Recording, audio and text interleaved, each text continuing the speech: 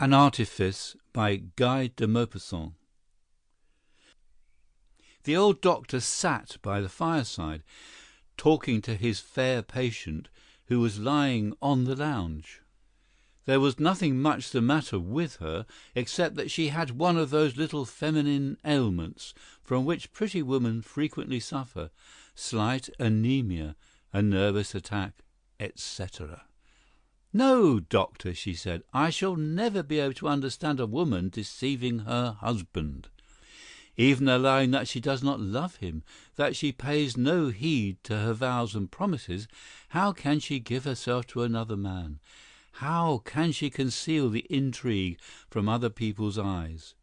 How can it be possible to love amid lies and treason?"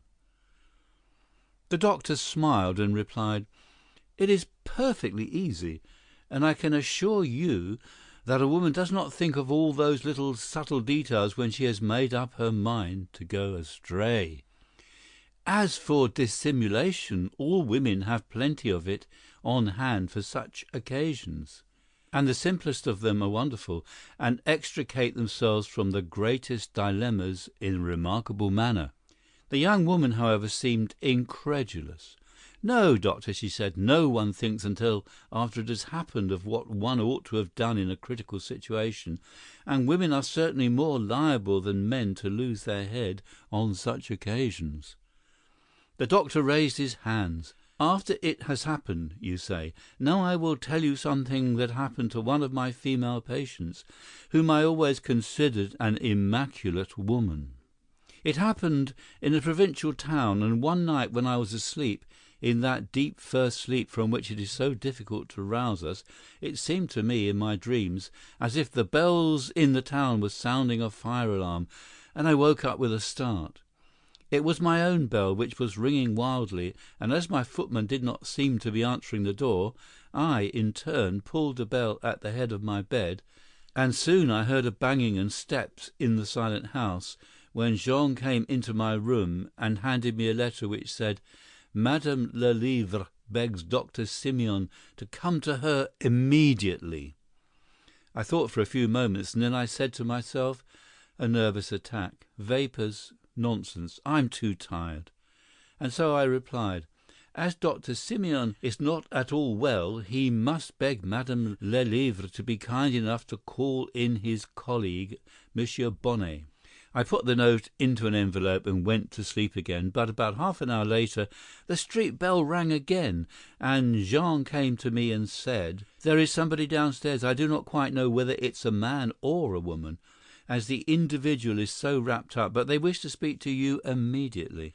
They say it is a matter of life and death for two people.' Whereupon I sat up in bed and told him to show the person in. A kind of black phantom appeared and raised a veil as soon as Jean had left the room. It was Madame Berthe Lelièvre, quite a young woman, who had been married for 3 years to a large merchant in the town, who was said to have married the prettiest girl in the neighborhood. She was terribly pale. Her face was contracted as the faces of insane people are, occasionally, and her hands trembled violently. Twice she tried to speak without being able to utter a sound, but at last she stammered out, 'Come, quick, quick, doctor, come, my friend has just died in my bedroom.' She stopped, half suffocated with emotion, and then went on, 'My husband will be coming home from the club very soon.' I jumped out of bed without even considering that I was only in my nightshirt, and dressed myself in a few moments, and then I said, 'Did you come a short time ago?'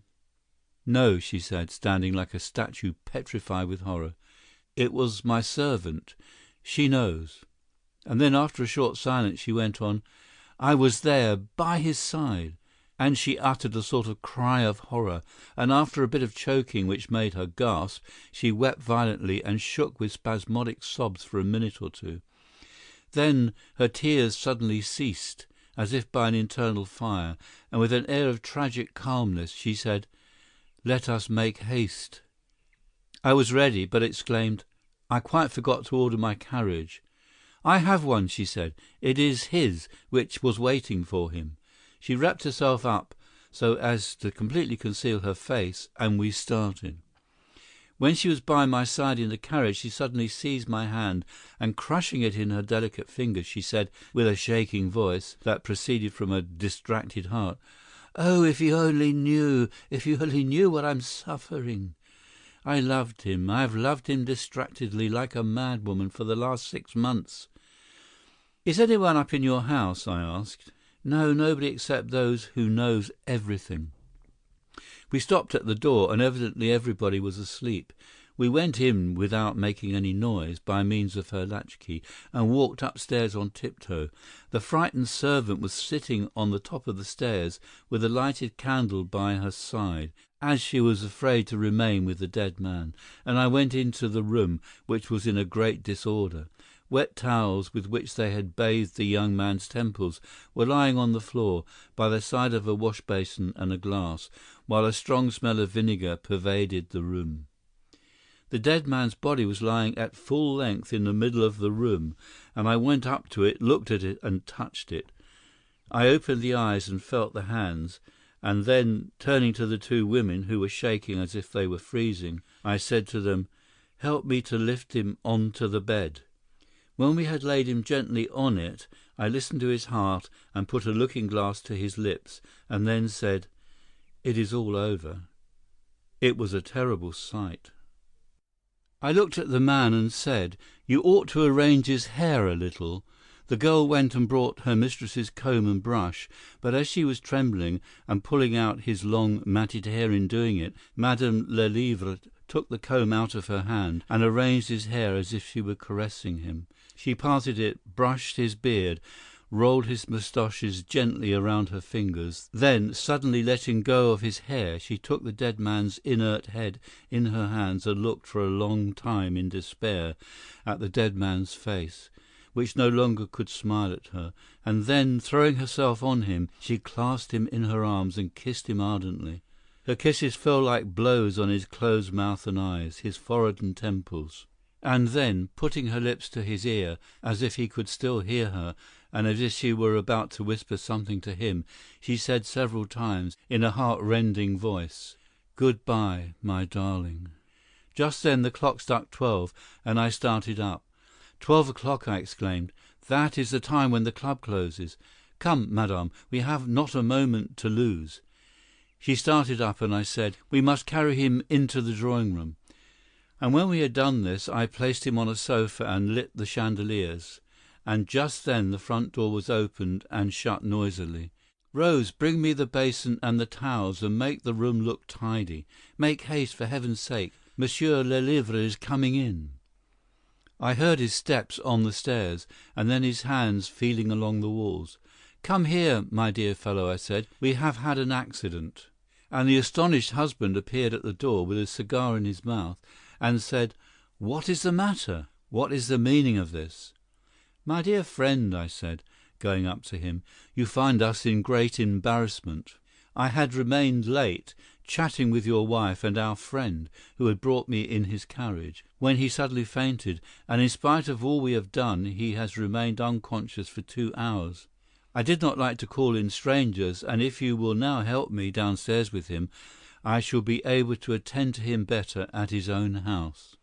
The husband, who was surprised but quite unsuspicious, took off his hat, and then he took his rival, who would be quite inoffensive for the future, under the arms, and I got between his 2 legs, as if I had been a horse between the shafts, and we went downstairs, while his wife held a light for us. When we got outside, I stood the body up so as to deceive the coachman, and said, "Come, my friend, it is nothing. You feel better already, I expect. Pluck up your courage and make an effort. It will soon be over." But as I felt that he was slipping out of my hands, I gave him a slap on the shoulder, which sent him forward and made him fall into the carriage, and then I got in after him. Monsieur Lelièvre, who was rather alarmed, said to me, "Do you think it is anything serious?" To which I replied, "No," with a smile, as I looked at his wife, who had put her arm into that of her husband, and was trying to see into the carriage. I shook hands with them and told my coachman to start, and during the whole drive the dead man kept falling against me.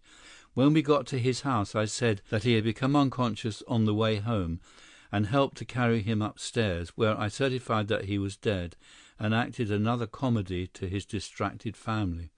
And at last I got back to bed, not without swearing at lovers." The doctor ceased, though he was still smiling, and the young woman, who was in a very nervous state, said, "Why have you told me that terrible story?" He gave her a gallant bow, and replied, "So that I might offer you my services if they should be needed." End of An Artifice by Guy de Maupassant.